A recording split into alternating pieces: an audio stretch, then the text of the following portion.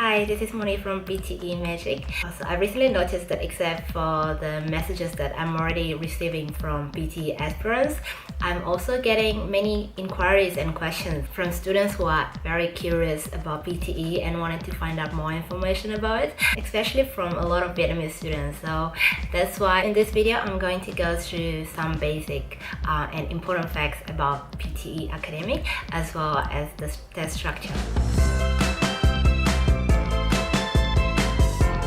So what is PTE? PTE stands for Pearson Test of English, and it is a computer-based test that is used to evaluate English level of non-native speakers. The other tests that are quite similar that you might already know are IELTS, TOEFL, TOEIC, and CAE. So PTE was created by Pearson PLC, which is the world publishing and educational company. It is also an official partner of GMAT, which is accepted worldwide as an entrance requirement for MBA programs. PTE Academic is accepted worldwide by thousands of different universities, including the reputable one like Harvard Business School. But more importantly, it is 100% accepted by Australian and New Zealand government for visa applications, not only for the permanent residency but also for student visa, for working visa, and for other types of visas. Okay. It's actually very easy and very simple because all the test bookings can be made online, and you just need to create an account on the pearsonpte.com. And you'll need to input some personal details to verify your identity, and then you can select the test date. And PTEs are available throughout the year, so pretty much there are some centers where you can book it every day. What skill does PTE test? So during 3 hours, you will be assessed based on 4 total skills, which are speaking, writing, reading, and listening. One thing that is very interesting about PTE is that all the skills are linked to each other. Okay, so even if you're doing one skill, you can still get marks and scores for the other ones. Speaking is the first part of the test and is very important, and the 2 primary aspects that you'll be judged on are pronunciation and fluency. You will do all your speaking part with the computer, so basically you will be speaking to a computer and all your answers will be recorded, and then computer will mark your answers. So in the first task, you have to look at the text, and then in 35 seconds of preparation, you have to read this text aloud. And you have 35 seconds to complete this one. In the second part, you will hear a sentence, and then you have to repeat the sentence exactly as you hear it. And you can only hear this sentence once. In the third part, you have to look at the graph or any image, and then in 25 seconds after preparation, you have to speak in the microphone and describe in detail what the graph is showing. And you will be given 40 seconds to complete this task. The next task is retail lecture, where you will hear a short lecture. After listening to the lecture, you'll have 10 seconds to prepare, and then you will have to speak into the microphone and retell what you just heard from the lecture. You will be given 40 seconds to finish this task. The last one is answer short question. In this task, you will hear a short question, and then after that you will have to give a simple and short answer, and it can be one or few words. The next part is writing. Writing consists of 2 main parts: summarize written text and writing essay. So in summarize written text, you will be given a passage. You have to read the passage and then summarize it using 1 sentence. And your answer should be between 5 to 75 words. The second one is essay writing. You will have 20 minutes to plan, write, and revise on an essay about the topic given. And you have to write between 200 to 300 words.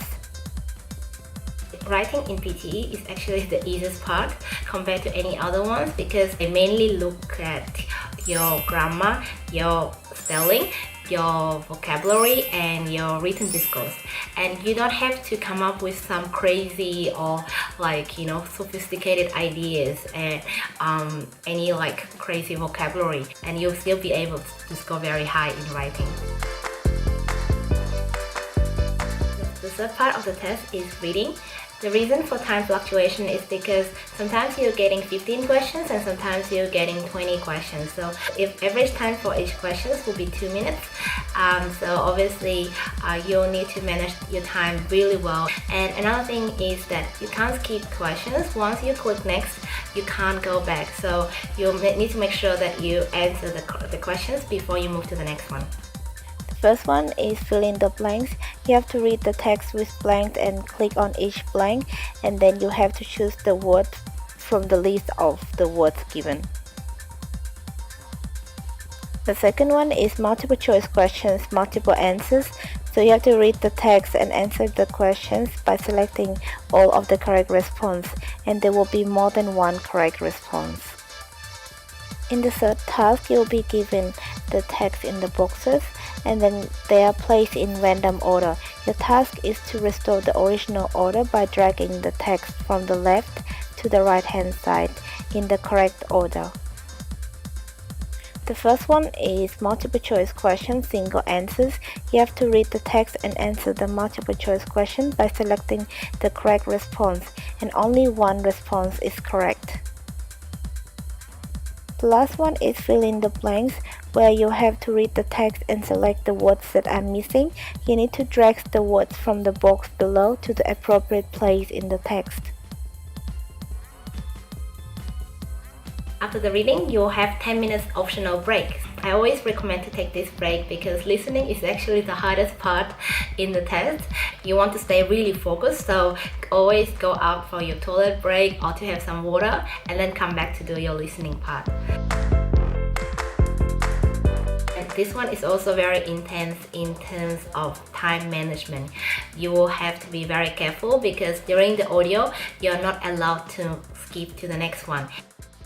The first part is summarized spoken text, where you will hear a short lecture, and then after you have 10 minutes to write a summary, which is between 50 to 70 words. In the multiple choice questions, multiple answers, you have to listen to the recording and select all the correct response. You have to choose more than one correct response. In fill in the blanks, you will hear a recording and you have to type the missing words in the blanks. The next one, you have to hear a recording and then you have to click on the paragraph that is the best summary of the recording. The fifth task is multiple choice questions and single answer. In select missing word, you have to hear a recording and then you have to choose the words at the end of the recording after the beep. In highlight incorrect words, you have to listen to the recording and you have to click on the words that are different from the recording. The last one is write from dictation. You will hear a sentence and then you have to type the sentence in the box exactly as you hear it. A lot of people might find that write from dictation is the hardest part in the listening, and it might be true, but it also depends on how well you practice this one. Please make sure that you complete write from dictation, and so which means you have to be very careful with your time management. It was a brief outline for the newbies, but of course if you're already studying PTE, you can share this video with your friends who are still new to the test. I'll be sharing more information and more tips for PTE in my next video, so please don't forget to like and subscribe to my channel. I've also included all the links in the box below, so please follow our pages, and thank you so much. Bye!